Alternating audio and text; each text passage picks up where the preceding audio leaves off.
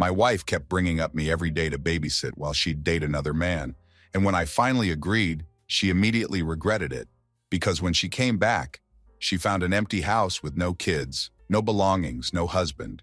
Her choice had finally caught up with her, and my revenge was just beginning. Be me, 31 years old, living in Miami, working as a software architect, married to Grace for 10 years. 2 beautiful kids, Noah and Isabella. Life seems perfect from the outside. Until that one Thursday morning, find a small piece of paper under unopened mail on the kitchen counter, half hidden like someone didn't want it to be found. Handwriting isn't Grace's. Sharp, rushed strokes. Just a phone number scrawled in the middle. Nothing else. No name. No explanation. First instinct is to shrug it off. Think maybe it's for work. Grace handles client relations for a furniture company. Always juggling contacts. But something about that number feels wrong. Keeps gnawing at my thoughts. Decide to test the waters that evening. We're sitting down for dinner. Casually mention the note. Hey, found a number on the counter today. Client? Her reaction is too quick. Too polished. She doesn't even look up from cutting her salmon. Yeah, probably. Get so many of those. Don't even keep track. That's when I notice it. Her hand twitches slightly. Knife slips against the plate. Tiny movement, but enough to set off alarm bells. Don't press her. Not yet. But then things start piling up. Next day, she's glued to her phone. Not unusual by itself, until I realize she turned off notifications. Normally hear constant buzzing, group chat messages, work emails. Now it's dead silent. Screen lights up while she's in shower. See the name Kelly flash across. Kelly again. Her name coming up more than usual lately. Girls' nights. Last-minute coffee runs. Kelly said this. Kelly said that, almost like Kelly became her go-to alibi. Don't know what possesses me that night. Try to unlock her phone while she sleeps. Something I've never done in 10 years of marriage. Always trusted her completely before this. But the password has changed. My stomach drops hard. Grace never changes her password.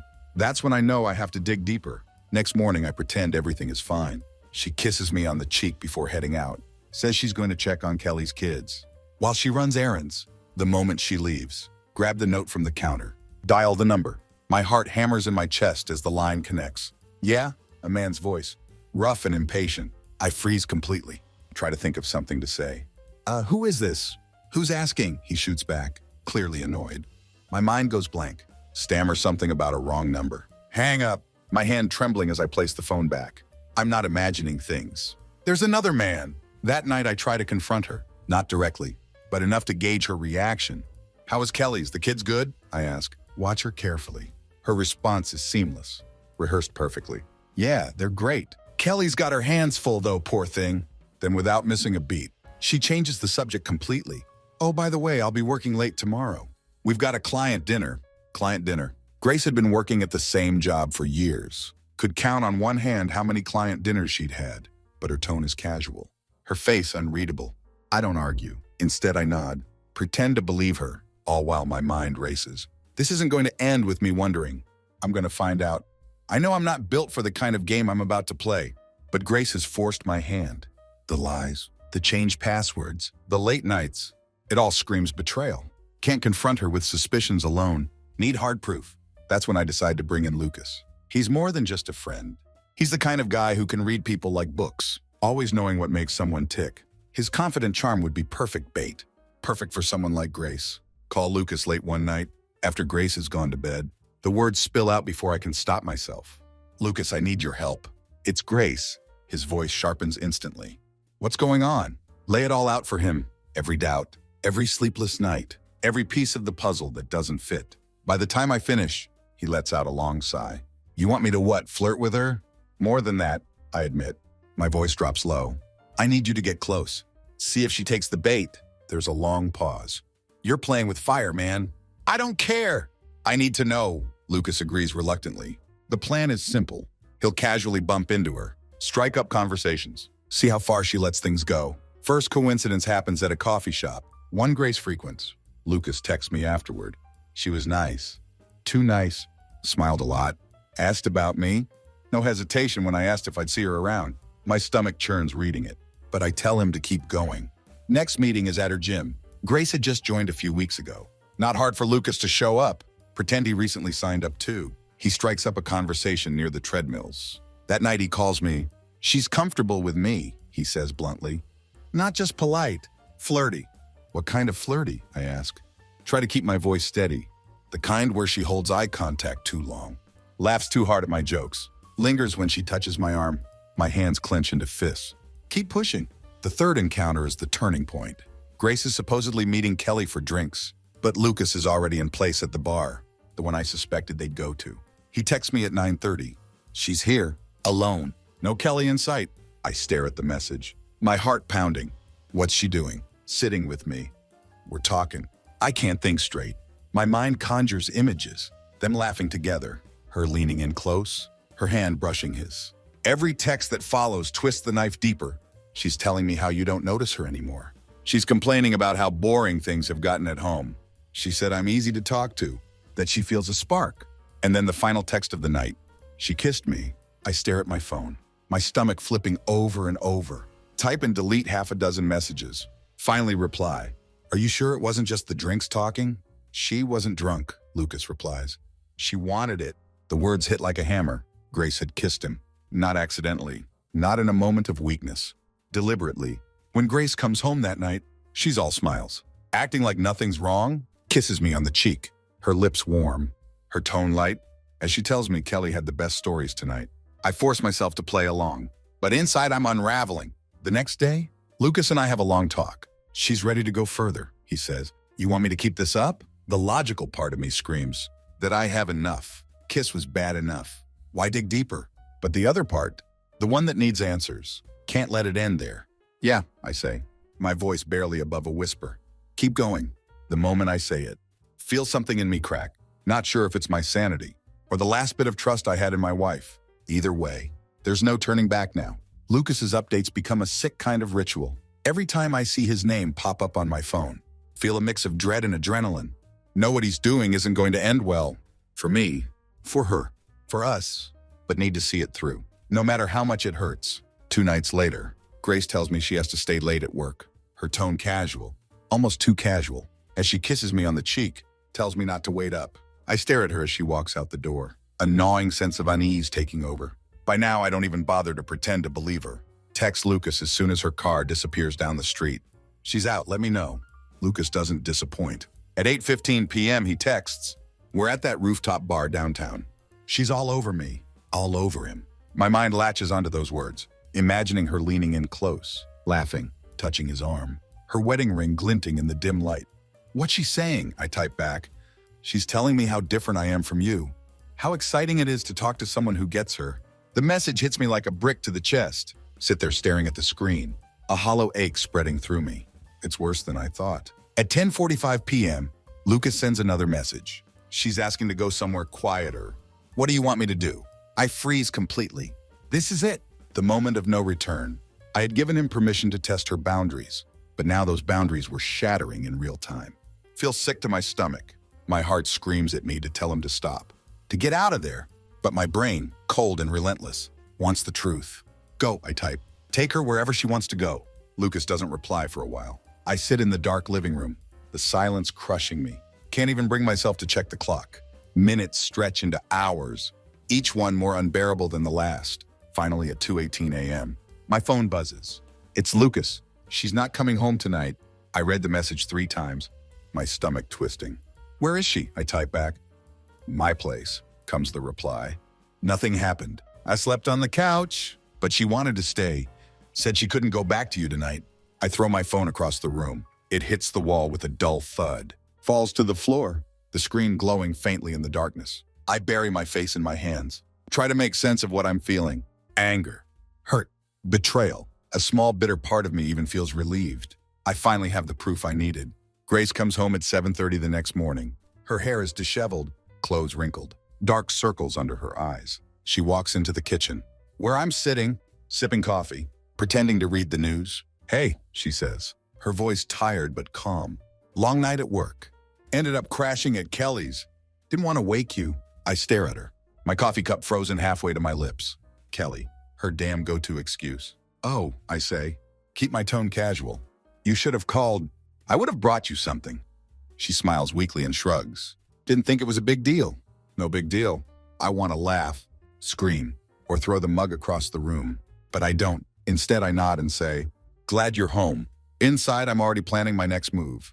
This isn't over. Not even close. That morning, Grace busies herself making breakfast. Like nothing had happened.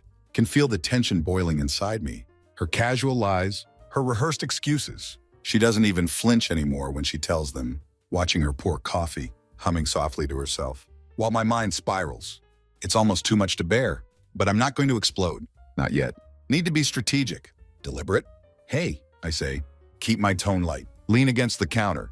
What's Kelly up to today? Thought I might drop by and say hi. Thank her for letting you crash.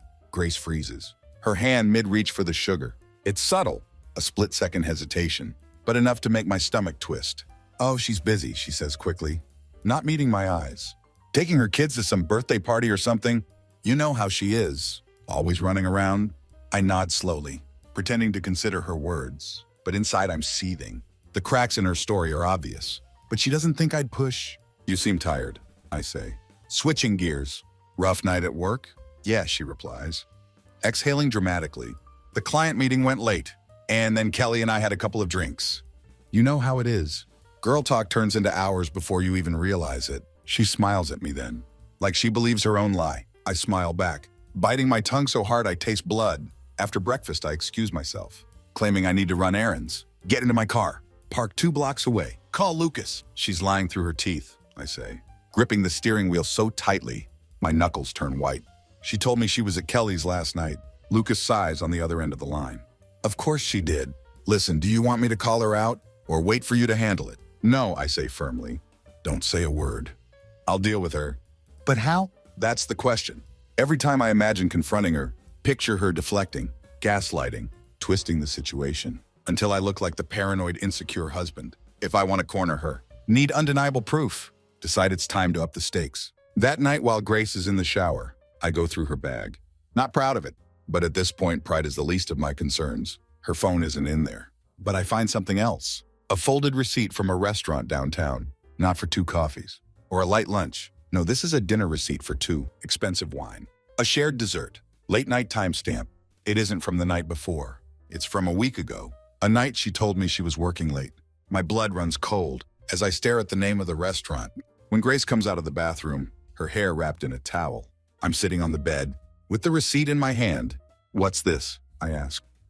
Holding it up, she stops in her tracks, her eyes darting to the paper. For the first time in weeks, see real panic flicker across her face. She laughs nervously, grabbing her hairbrush from the dresser. Oh, that. Kelly and I went there last week. It was her idea. She'd been craving their Italian food for ages. Funny, I say. Standing up, Kelly hates Italian food. She told me that herself. Last time we had dinner, Grace freezes, her hand gripping the brush. She recovers quickly, her face hardening. What are you trying to say? I'm saying, I reply, my voice low and steady, that you're lying to me again. Her eyes narrow. She crosses her arms. So now you're going through my stuff? Is that what this is? You don't trust me. Should I? I shot back. Because last night you weren't at Kelly's. Were you? And this receipt, it's not for a girl's night. It's a dinner date. With who, Grace? Who were you with? She opens her mouth to argue, but nothing comes out.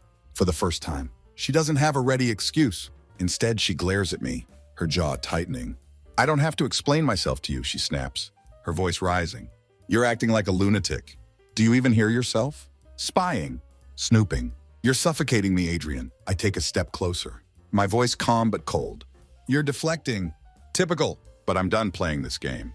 If you're cheating on me, just say it. Be honest for once in your life. Her face twists into a scowl. You're insane. I'm not doing this with you. She storms out of the bedroom, slams the door behind her. I don't follow her. Instead, I sit down on the bed, the receipt still clenched in my hand. She's cornered now, and she knows it. The cracks are growing wider. It's only a matter of time before the truth comes spilling out. I just don't realize how messy it's going to get. After Grace storms out, the house falls eerily quiet. I stay on the bed for a long time, staring at the crumpled receipt in my hand. The proof is right there, but it isn't enough. Grace could dodge, deflect, and spin her lies indefinitely. Unless I catch her in a situation where there's no escape. I need her to admit it. The next day, she acts like nothing happened. Makes breakfast for the kids. Chats with me about their weekend plans. Even kisses me on the cheek when I walk into the kitchen. Her nonchalance is infuriating, but I stay calm. Need her to feel comfortable, to drop her guard. Later that evening, when Noah and Isabella are asleep, I walk into the living room, where she's curled up on the couch, scrolling through her phone. Grace, I start, my voice calm but firm. We need to talk. She glances up, her expression unreadable. About what? Last night. Yes, last night. And the night before, and the night you had dinner. At that fancy Italian place, with someone who wasn't me. Her jaw tightens, but she doesn't say anything. She sets her phone down, folds her arms, her body language screaming defiance. Look, I continue, sitting across from her. I'm giving you one chance to come clean. No yelling, no fighting, just the truth. If there's someone else, I need to hear it from you. She lets out a sharp laugh, shaking her head. You're unbelievable, Adrian. You're acting like some paranoid control freak. I've told you 100 times. There's no one else. You're imagining things. My patience snaps. Don't lie to me, Grace. I know about the dinners. I know about Lucas. Her eyes widen for a split second, before narrowing again. Lucas, she repeats, her voice carefully neutral. What does he have to do with this? I know you've been seeing him, I say, my voice trembling with barely contained anger. I know about the rooftop bar. About the nights you didn't come home. I know everything. Her face turns red. For the first time, I see genuine panic in her eyes. Lucas, she says. Are you serious right now? He's your friend, Adrian. What are you even talking about? I lean forward, my eyes locked on hers. Don't play dumb. He told me everything. You kissed him, Grace. You wanted to stay at his place. Don't even try to deny it. Her mouth opens, then closes, like she can't decide which excuse to use. Finally, she scoffs, shaking her head. You're pathetic. You know that. If Lucas said anything, it's because he's jealous of what we have. He's always been jealous of you, Adrian. He's making this up to mess with you. Enough, I shout. Slam my hand on the coffee table. Stop lying. I know about the texts, the meetings, the nights you weren't at Kelly's. Do you even care about how this affects me? The kids? She shoots up from the couch, glaring at me. Don't you dare bring the kids into this. I've been doing everything for this family, while you sit here accusing me of things that aren't even true. Her deflection doesn't work this time. I stand too, closing the distance between us. So you're really going to keep lying? Even now, even when I know everything, she stares at me for a long moment, her chest heaving with anger. Then finally, something in her expression shifts. Her defiance softens, replaced by a flicker of guilt. Fine, she says, her voice low. You want the truth? Here it is. Yes, I kissed Lucas, but that's all it was. A stupid mistake. I was upset. I felt ignored. And he was there? I never slept with him. I swear, Adrian, it didn't go that far. I feel like I've been punched in the gut, even though I'd expected it. Hearing her say it out loud is a different kind of pain. You kissed him, I repeat, my voice shaking. You told him you couldn't come home to me. You wanted more. Grace, don't act like this was some innocent mistake. Her eyes fill with tears. For a moment, I think she might apologize, but instead, she crosses her arms and glares at me. Maybe if you paid attention to me once in a while, I wouldn't have felt so alone, she shoots back. You've been so wrapped up in your own world. Your job, your routines. When was the last time you even noticed me, Adrian? Her words sting, but I'm not about to let her pin this on me. Don't you dare turn this around. I've been here, Grace, every day. I've been here for you, for the kids, for this family. You're the one who chose to look elsewhere. She doesn't respond.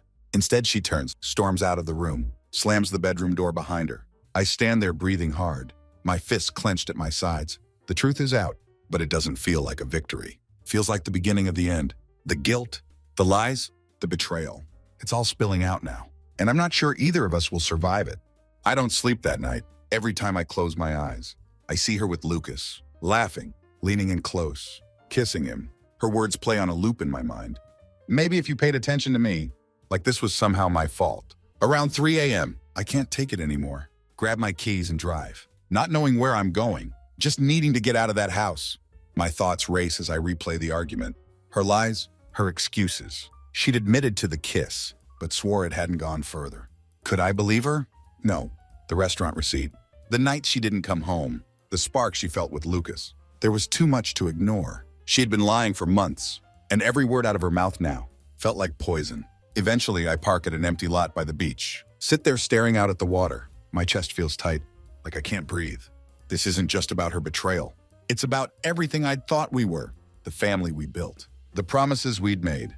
They all feel like a cruel joke. When I finally get home, the house is silent. I creep upstairs to check on the kids. tucking Noah and Isabella in, like I always did. Their peaceful faces bring a fresh wave of anger. How could Grace risk destroying everything?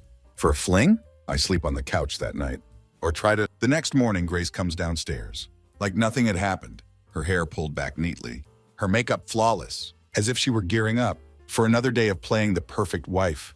"Good morning," she says, her tone stiff but polite, like we're co-workers who'd had a minor disagreement.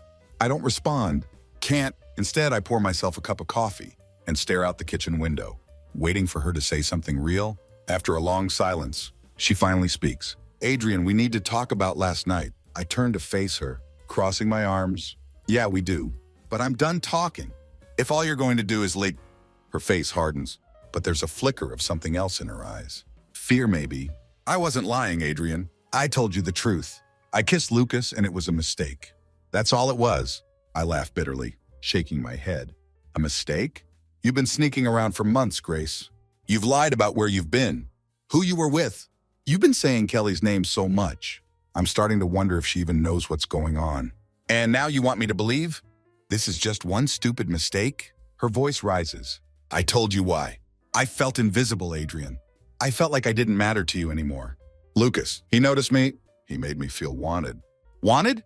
I snap, my anger boiling over. "You're married, Grace. You don't get to shop around for someone else just because you feel a little unseen.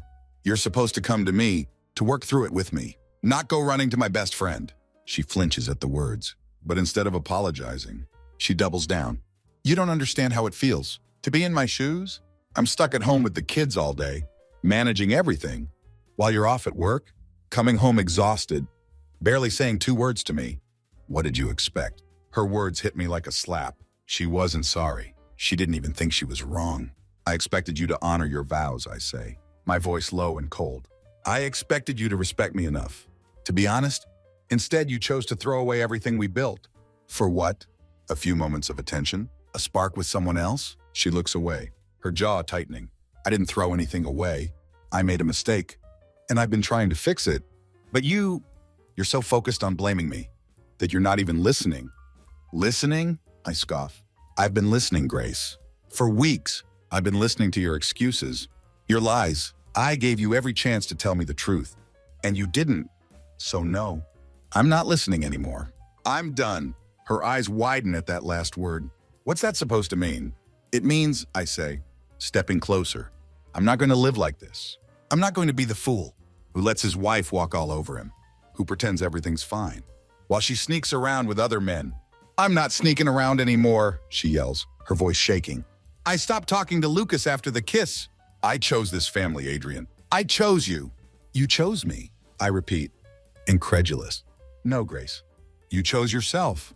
You chose to lie, to cheat, to blame me for your choices, and now you're standing here, acting like you're the victim." Tears well up in her eyes, but I can't tell if they're from guilt or anger. "I didn't want this to happen," she says softly. "Neither did I," I reply, my voice cold.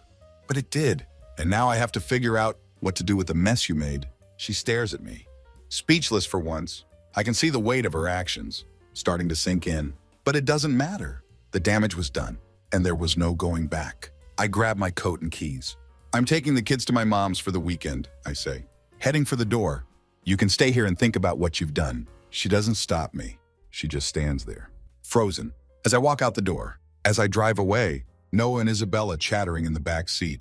I feel a strange mix of relief and sorrow. I'm not sure what will happen next, but one thing is clear. I can't keep pretending everything is okay. Something has to change. And soon, the weekend at my mom's was supposed to be a break, a chance to clear my head and shield the kids from the tension brewing at home. Noah and Isabella are oblivious, happily playing with their cousins, soaking up the attention from Grandma. I, on the other hand, can't stop replaying every word. Grace and I had exchanged. I keep checking my phone, expecting Grace to text or call, but there's nothing. Radio silence. It should have been a relief, but instead it gnaws at me. What is she thinking? Is she planning her next move? Or worse, is she with Lucas? By Sunday afternoon, I still haven't heard a word. My mom notices my restlessness and pulls me aside. "While the kids are busy, you want to tell me what's going on, Adrian?" she asks, her voice gentle but firm. I hesitate. I hadn't told her anything about Grace's betrayal. "Not yet. It's complicated," I say finally. Just issues between me and Grace. I'll figure it out. Mom studies me for a moment, her brow furrowed. You're a good man, Adrian. But don't let anyone take advantage of that. Not even her. Her words hit harder than I expected. I nod, forcing a smile, and excuse myself to check my phone again. Still nothing from Grace. That evening, I pack up the kids and head home. The drive is quiet, Isabella dozing in her car seat, while Noah stares out the window. I can't help but feel a sense of dread as I get closer to the house. What am I walking into? When I pull into the driveway, I see Grace's car parked out front, but the house is dark. I carry Isabella inside, with Noah trailing behind me, and get them settled in their rooms. The silence in the house is suffocating. As I step into the living room, I freeze. Someone is sitting on the couch. It isn't Grace. It's Lucas. My voice low but sharp. Lucas stands, his hands raised, like he's trying to calm me down. Relax, man. I needed to talk to you. Grace called me. My fists clench at the mention of her name. She called you? What for? She's freaking out, he says, his tone apologetic. She told me you're taking the kids and that things are falling apart between you two. She wanted to see me, but I told her no. I came here to tell you that she's out of control. She's trying to pull me into this mess. And I'm done. I stare at him, my mind racing. So what? You're here to clear your conscience? Lucas sighs, running a hand through his hair.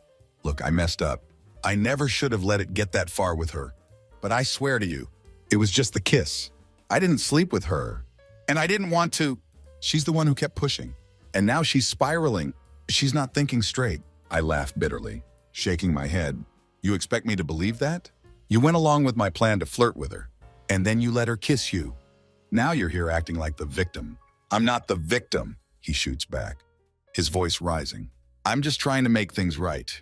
I told her to back off, and I'm telling you now, you need to be careful. She's not going to let this go easily. What the hell does that mean? Lucas hesitates, looking genuinely uneasy. It means she's not done fighting for you. But she's not fighting fair. She's angry, Adrian. Angry at you. At me? At the whole situation. She's saying things that don't make sense. Trying to twist the story. She wants to make you look like the bad guy. My stomach sinks. Grace was already a master at manipulating the narrative. If she was angry enough, there was no telling what kind of damage she could do. I take a step closer to Lucas, my voice cold. So what do you want from me? Forgiveness? A thank you for warning me? I don't want anything, he says, his tone serious. I just thought you should know what you're up against. I stare at him for a long moment before nodding. You've said your piece? Now get out. Lucas opens his mouth, like he wants to say more, but he thinks better of it. He nods, grabs his coat, and leaves without another word. The door closes behind him, and I sink onto the couch, my head in my hands. Grace was unraveling. Lucas was jumping ship, and I was stuck in the middle of a storm I couldn't see my way out of. And I knew one thing for certain. Grace wasn't going to make this easy. When I finally go to bed, I find her side of the bed made up neatly, a folded note resting on her pillow. It's short, but the words hit me like a freight train. I care about you and the kids, but if you think you're taking them away from me, you're wrong. We're a family, Adrian, whether you like it or not. The words feel less like a plea and more like a warning. Grace's note lingers in my mind. Long after I read it, the words were calculated, dripping with manipulation. It wasn't an apology, a cry for help, or even an admission of guilt. It was a declaration of war. By the time I get to work Monday morning, my chest feels like it's caving in. From the weight of it all, Grace's silence over the weekend, Lucas's unexpected warning, and now this. It was clear she wasn't going to let things end quietly. At 10:30 a.m., my phone buzzes. It's a message from Grace. We need to talk tonight. No kids around. I stare at the screen, my stomach churning. Part of me wants to ignore her, but I can't. If I don't confront this head on, it would spiral even further out of control. I leave work early, pick up Noah and Isabella from school, and drop them off at my mom's. Her worried expression says everything, but I reassure her. It's fine, Mom. I'll call you if anything changes. When I get home, Grace is waiting for me. She's dressed in one of her favorite blouses, her makeup flawless, like she's trying to remind me of the woman I fell in love with, but her eyes give her away. Cold, calculating. Let's get this over with, I say. Dropping my keys on the counter, she crosses her arms, leaning against the edge of the dining table. You've been avoiding me, taking the kids away, staying silent. That's not how we solved this. I laughed bitterly. Solve this? There's no solving anything, Grace. You blew up our marriage. I'm just trying to pick up the pieces for Noah and Isabella. Her jaw tightens, but she keeps her voice calm. I made a mistake, Adrian, and I've owned up to it. But you're not innocent in this either. Of course, I snap. Here it comes. Let's hear it. How is this my fault? She doesn't flinch. You stop trying. You come home from work exhausted, barely talk to me, and then you wonder why I felt invisible. Lucas noticed me, Adrian. He listened to me. He made me feel alive again. And yes, I messed up by letting it go too far. But I was drowning. And you didn't even see it. Her words sliced through me. Not because they're true, but because she believes them. You're unbelievable, I say, shaking my head. You cheat on me, lie to my face, and now you're turning it around, like I forced you to do it. Grow up, Grace. Marriage isn't about running off. To the first person who pays attention to you, when things get hard, her face darkens. Don't you dare talk to me like I'm some kind of villain. I've done everything for this family. Sacrificed my time, my dreams, my body to build this life with you. And now you're standing there, acting like you're perfect, like you've never let me down. I clench my fists, struggling to keep my composure. This isn't about me being perfect. It's about you choosing to betray me. Do you even understand what you've done to me, to the kids? Grace steps closer, her voice dropping to a dangerous whisper. Don't you dare bring the kids into this. I'm their mother, Adrian, and no matter what happens between us, they need me. They love me. And what about me? I shot back. Do I even factor into your version of the story? Or am I just the guy you're blaming for your bad choices? Her eyes narrow. You want the truth? Fine. The truth is, I don't regret feeling alive again. I regret getting caught. The air is sucked out of the room. For a moment, I can't even breathe. She smiles faintly, cruelly, watching my reaction. You think you're the victim here? But you're not. You're part of the problem. I've been unhappy for years, Adrian. And you didn't notice. So go ahead. Blame me if it makes you feel better. But I'm not going to sit here and let you play the martyr. I stare at her, stunned. You don't regret it? I repeat, my voice hollow. No, she says, standing taller now. I don't, because it made me realize what I've been missing. And maybe it's time you realized it too. The room feels like it's spinning. My hands are trembling, my heart pounding. This isn't just betrayal anymore. It's war. So what now? I ask, my voice cold. You're staying, fighting for the family you don't seem to care about. She tilts her head, a smug smile on her face. I'm staying because this is my family, my house, my kids. If you think I'm going to let you walk away with them, you're dead wrong. Her words hit me harder than anything she'd said before. This isn't about love, regret, or fixing things. It's about control. I take a deep breath, forcing myself to stay calm. You're not winning this, Grace. Whatever game you're playing, I'm done. I'll fight for my kids, for my future, and when this is over, you'll be the one left with nothing. Her smile falters for a split second. Before she recovers, her voice laced with venom. We'll see about that. I turn and walk out, slamming the door behind me. For the first time, I feel something other than heartbreak or anger. I feel resolve. This isn't just about saving myself anymore. It's about protecting my kids. From the mess, Grace was determined to drag us all into. It's time to take the fight to her. By the time I get to my mom's house that night, I'd made up my mind. Grace isn't just trying to save face anymore. She's out for blood.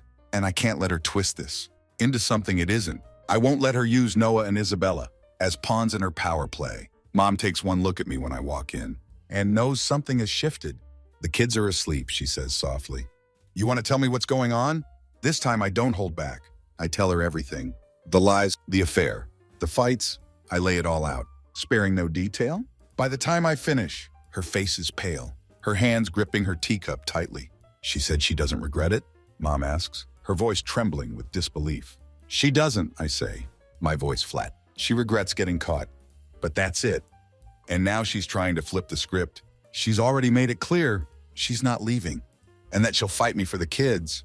If I try to walk away, Mom sets her cup down, her lips pressed into a thin line. Adrian, listen to me.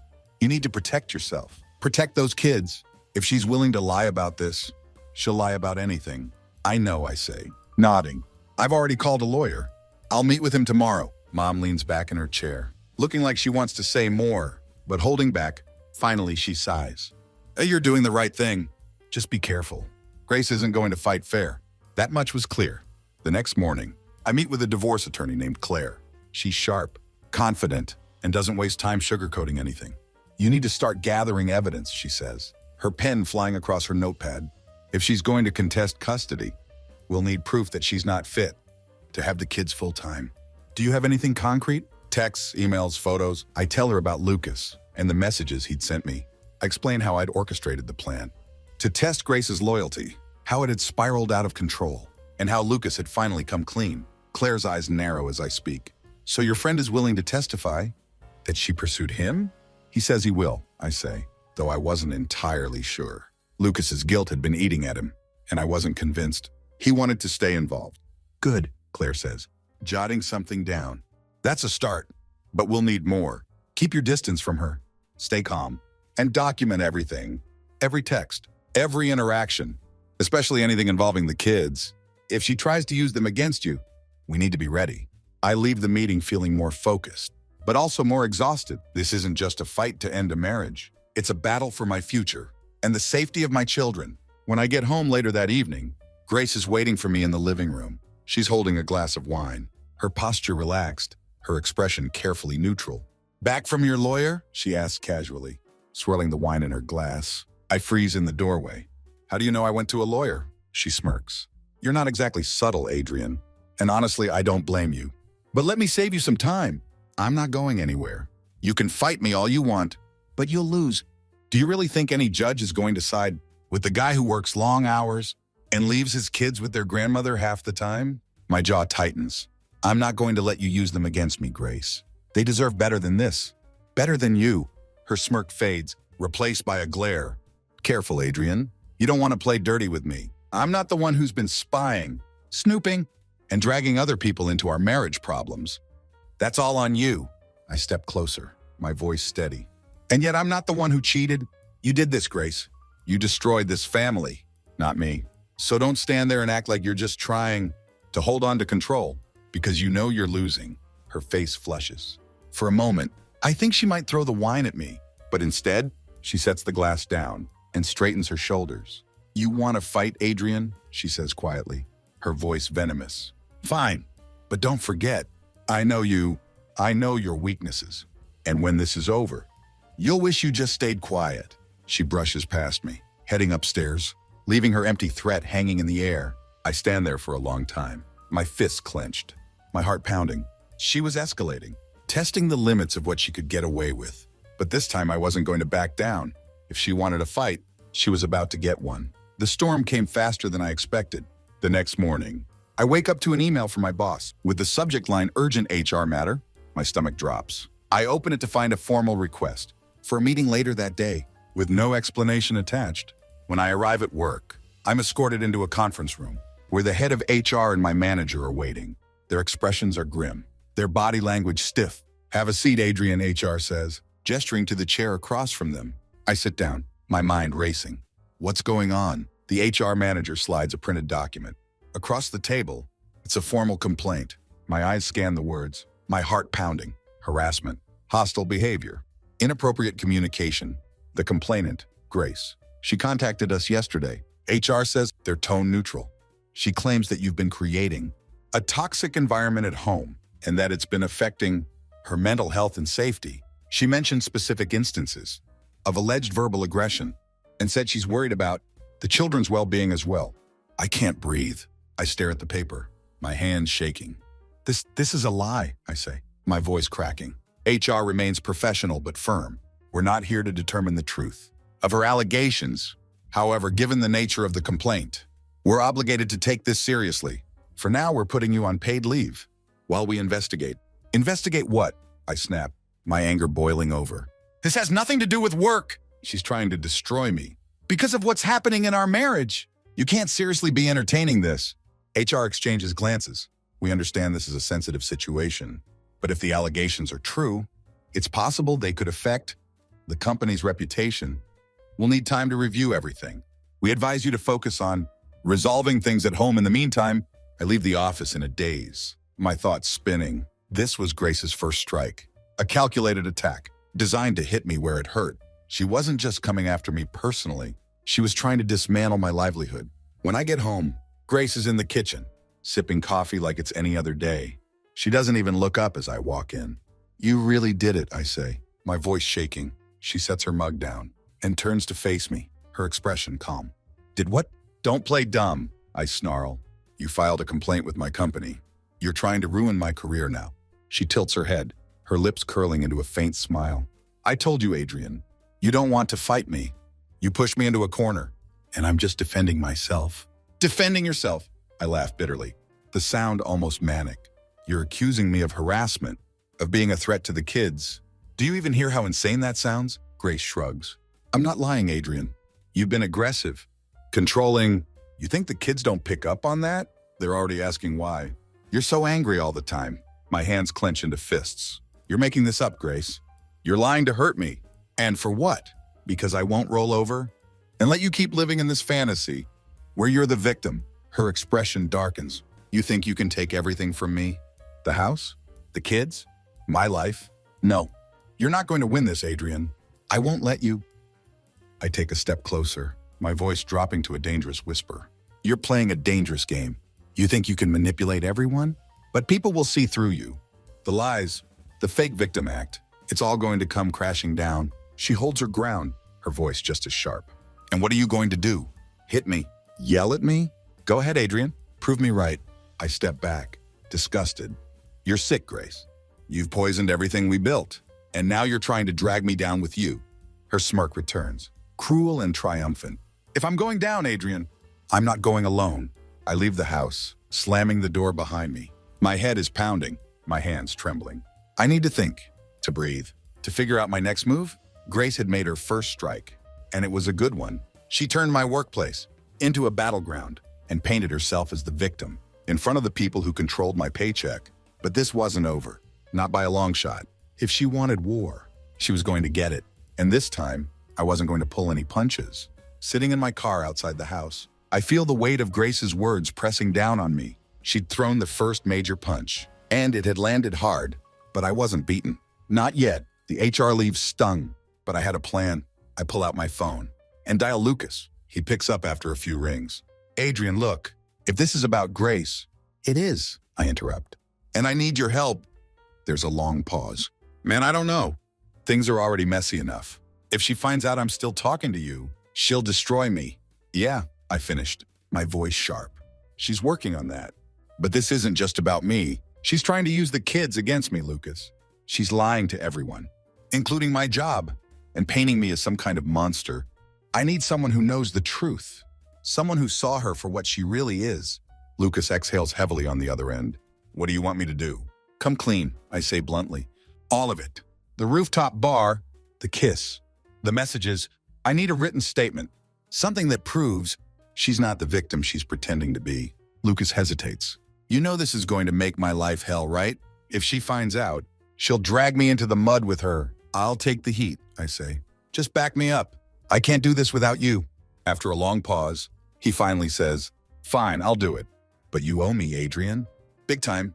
I owe you nothing, I shot back, my voice cold. You helped her tear this apart. The least you can do is help fix it. Lucas doesn't argue. I'll write something up tonight. Where do you want me to send it? Email it to me, I say, giving him my address. And Lucas, make it detailed. Don't leave anything out. After hanging up, I call my lawyer, Claire, and fill her in on the situation. Good move, she says. When I tell her about Lucas's upcoming statement, we'll need that for the custody battle. But you're going to have to fight fire with fire, Adrian. If she's involving your workplace and using your anger against you, we need to dismantle her credibility. How? I ask, desperate for answers. Start documenting everything. Record your conversations with her. Save every text and email. We need to prove she's manipulative and acting in bad faith. It's not enough to say she's lying. You have to show it. After we hang up, I drive back to the house, determined to put Claire's advice into action. When I walk in, Grace is sitting on the couch, scrolling through her phone. She looks up and smirks. Back from your pity party? I don't take the bait. Instead, I pull out my phone and set it on the counter, hitting the record button. We need to talk, I say, my voice steady. Her smirk falters for a moment, but she recovers quickly. About what? How you're trying to play the victim now. No, I say, crossing my arms. About the lies you're spreading, the complaint you filed at my job, the garbage you're telling people about me. Why are you doing this, Grace? She shrugs, feigning innocence. I'm just telling the truth, Adrian. If the truth makes you look bad, maybe you should take a hard look in the mirror. The truth, I repeat, laughing bitterly. The truth is you cheated on me. The truth is you lied about where you were, who you were with, and what you were doing. The truth is you're using the kids as weapons because you know you're losing control. Her eyes narrow and her voice turns icy. I'm not losing control. You've been unraveling ever since this started, and now everyone can see it. Do you really think anyone's going to believe you over me?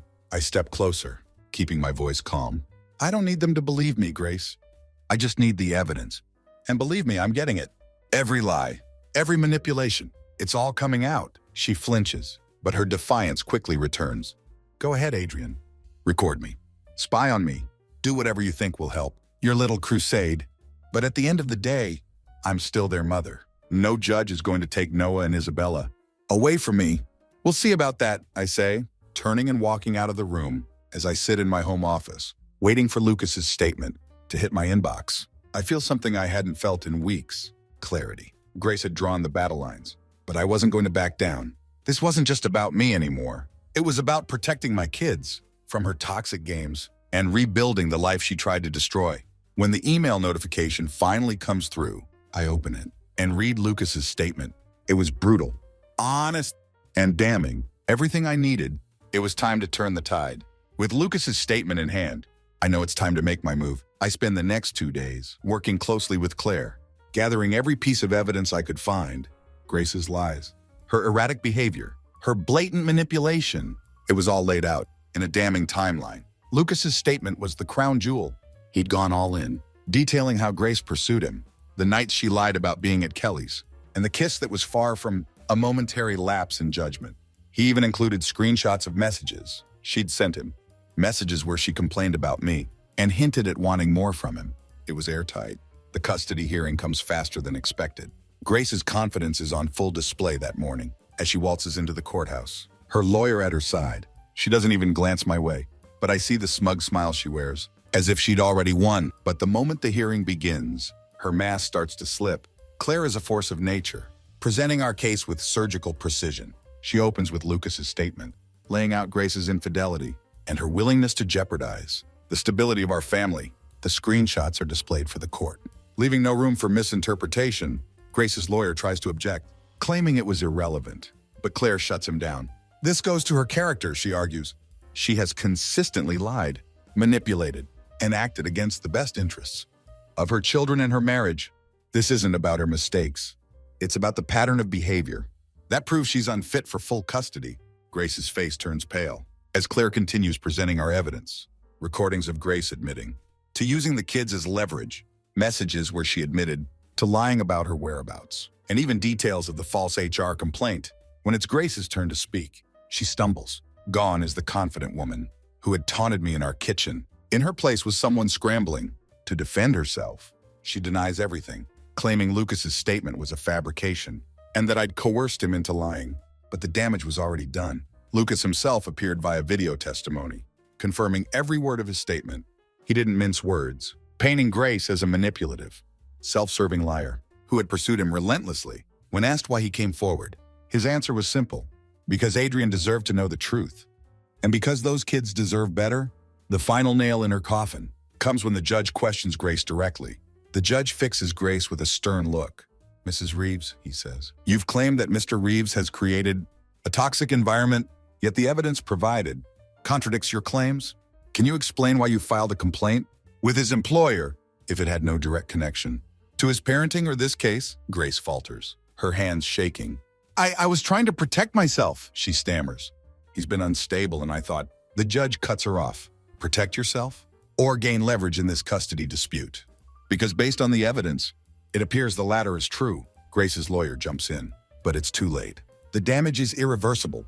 When the judge delivers his ruling, it's like a weight has been lifted from my chest. Joint custody is granted, but the primary residence of the children will be with me. Grace is ordered to attend counseling and parenting classes before any revisions to the arrangement will be considered. As we leave the courtroom, Grace turns to me, her face a mask of fury and humiliation. You think you've won, she hisses. This isn't over, Adrian. I meet her gaze, calm and resolute. It's over, Grace. You did this to yourself. I walk away, feeling a sense of finality I hadn't felt in months. The fight was over, but the scars would take time to heal. That night I sit with Noah and Isabella in the living room, watching their favorite movie. Their laughter fills the space. That had been so heavy with tension. And for the first time, in what felt like forever, I felt hope. This wasn't the life I'd envisioned when I married Grace, but it was the life I had now. And I was determined to make it better. For them, and for me. If I'd learned anything, it was this. You can't control the storm, but you can weather it. And sometimes when the clouds clear, you find something worth fighting for on the other side.